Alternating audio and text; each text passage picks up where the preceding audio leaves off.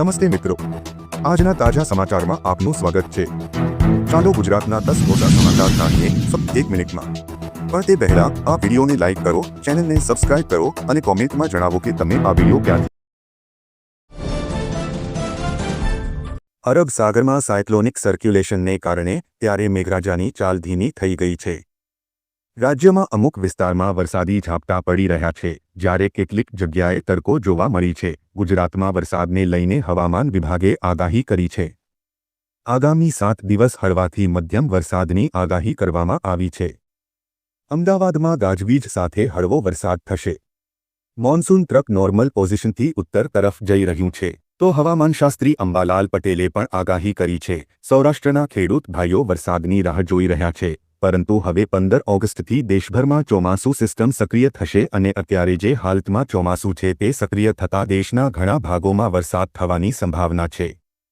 અરબ સાગરમાં સાયક્લોનની સર્ક્યુલેશનને કારણે અરબ સાગર પણ સક્રિય થશે અને 19થી 22 ઓગસ્ટ સુધીમાં દક્ષિણ સૌરાષ્ટ્રના ભાવનગર, મહુવા, ઉના વગેરે ભાગોમાં વરસાદ પડવાની સંભાવના રહેશે। અત્યારે વરસાદી ઝાપટા પડશે।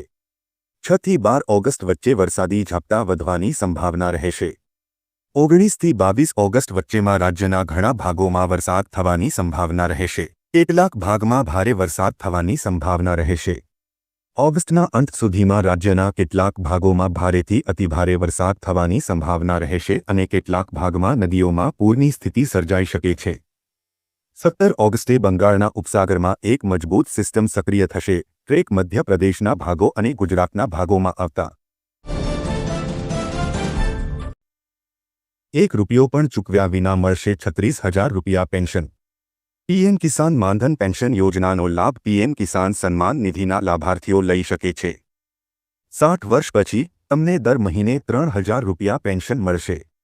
તેના નોંધણી માટે કોઈ દસ્તાવેજોની જરૂર નથી। જો તમે પીએમ કિસાન સન્માન નિધિ પીએમ કિસાનના લાભાર્થી છો તો તમારા માટે સારા સમાચાર છે। હવે તમે સરકારની બીજી યોજના પીએમ કિસાન માનધન પેન્શન યોજનાનો સીધો લાભ પણ મેળવી શકો છો। મતલબ કે પાક માટે 2,000થી 2,000ના 3 હપ્તા ઉપરાંત વૃદ્ધાવસ્થામાં દર મહિને પેન્શન અને વાર્ષિક 36,000 રૂપિયા સુધીની નિશ્ચિત આવક મેળવવાની તક છે। સારી વાત એ છે કે આ માટે તમારે કોઈ અલગ દસ્તાવેજ કે મુશ્કેલીનો સામનો કરવો પડશે નહીં। પીએમ કિસાન યોજના સાથે જોડાયેલા ખેડૂતોએ 18થી 40 વર્ષની ઉંમર વચ્ચે પીએમ કિસાન માનધન પેન્શન યોજનામાં નોંધણી કરાવવી પડશે।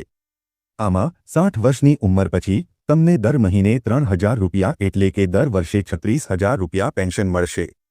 નોંધણી માટે કોઈ અલગ દસ્તાવેજની જરૂર નથી। આખી પ્રક્રિયા ખૂબ જ સરળ છે। અહીં સૌથી મહત્વની વાત એ છે કે આ પેન્શન યોજનાનું માસિક યોગદાન 55થી 200 રૂપિયા જે ઉંમર પ્રમાણે નક્કી થાય છે, પણ પીએમ કિસાનના 6,000 રૂપિયાની રકમમાંથી સીધું કાપવામાં આવશે। ધારો કે જો તમે 40 વર્ષની ઉંમરે દર મહિને 200 રૂપિયાનું સૌથી વધુ યોગદાન પસંદ કર્યું છે, તો તમારી 6,000 રૂપિયાની રકમમાંથી વાર્ષિક 2,400 રૂપિયા કાપવામાં આવશે અને બાકીના 3,100 રૂપિયા તમારા ખાતામાં આવશે। ભાગ્યા પીએમ નરેન્દ્ર મોદીએ 20 ઓગસ્ટ 1925ના રોજ દેશભરના 9.7 કરોડ ખેડૂતોના ખાતામાં પીએમ કિસાનનો 20મો હપ્તો ટ્રાન્સફર કર્યો। જો તમે પણ પીએમ કિસાનના લાભાર્થી છો અને હપ્તો મળ્યો નથી, તો mkisan.gov.in પર જાઓ અને યાદીમાં તમારું નામ તપાસો।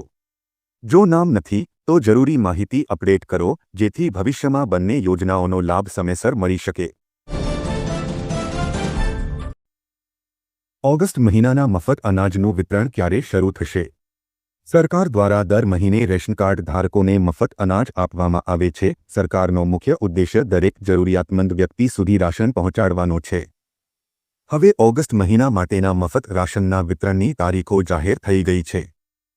મફત અનાજનું વિતરણ ઓગસ્ટ માસની શરૂઆતથી પ્રારંભ કરી દેવાશે।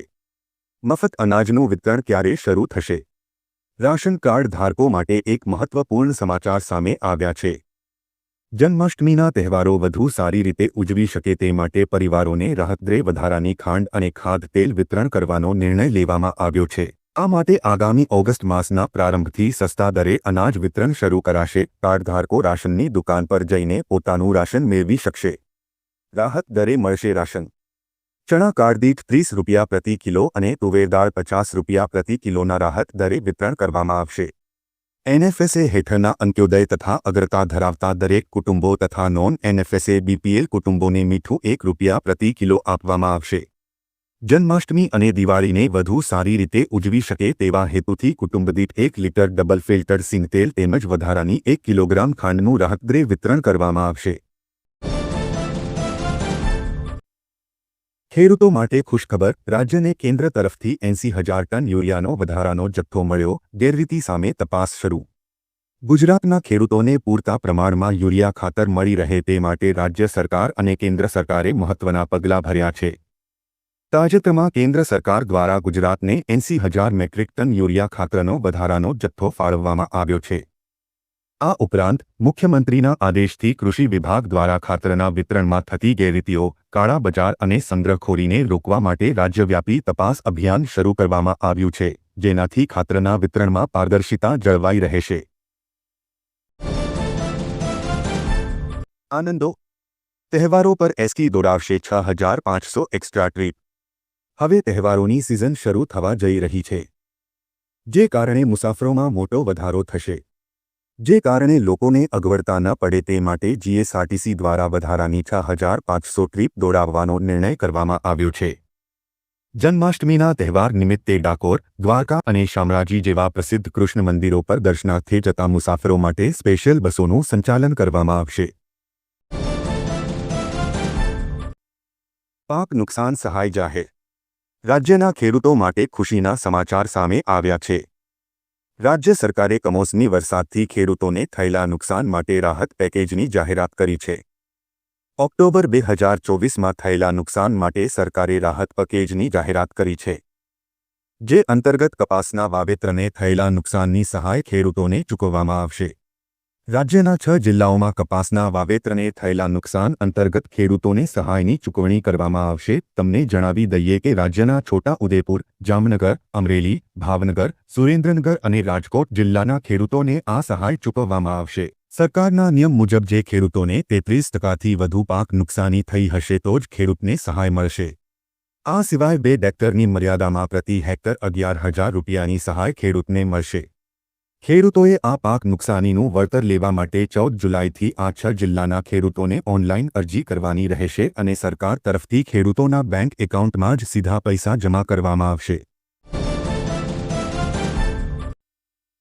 મધ્યમ વર્ગ અને ગરીબોને મળશે રાહત. આવકવેરા મુક્તિ પછી સામાન્ય માણસને ખૂબ જ ટૂંક સમયમાં બીજી મોટી રાહત મળી શકે છે. મોંઘવારીના મોરચે મધ્યમ વર્ગ અને ઓછી આવક ધરાવતા વર્ગ માટે સારા સમાચાર છે. સરકાર ગુડ્સ એન્ડ સર્વિસ ટેક્સમાં ઘટાડા સ્વરૂપે રાહત આપવાની તૈયારી કરી રહી છે. અહેવાલ છે કે કેન્દ્ર સરકાર કાં તો 12% જીએસટી સ્લેબને સંપૂર્ણપણે નાબૂદ કરશે અથવા તેને બદલીને 5%ના સ્લેબમાં સમાવિષ્ટ કરશે.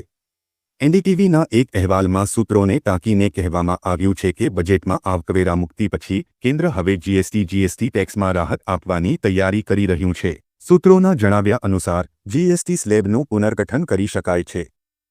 પુનર્ગઠન હેઠળ મધ્યમ વર્ગ અને આર્થિક રીતે નબળા વર્ગ દ્વારા વધુ ઉપયોગમાં લેવાતી વસ્તુઓનો સમાવેશ કરવામાં આવશે, જેમ કે ટૂથપેસ્ટ અને ટૂથ પાવડર, છત્રી, સીવણ મશીન, પ્રેશર કુકર અને રસોડાના વાસણો, ઇલેક્ટ્રિક આયર્ન, ગીઝર, નાની ક્ષમતાવાળા વોશિંગ મશીન, સાયકલ, ₹1,000થી વધુ કિંમતના રેડીમેડ કપડાં, ₹500થી ₹1,000ની કિંમતના જૂતા, સ્ટેશનરી વસ્તુઓ, રસીઓ, સિરામિક ટાઇલ્સ અને કૃષિ સાધનો વગેરે.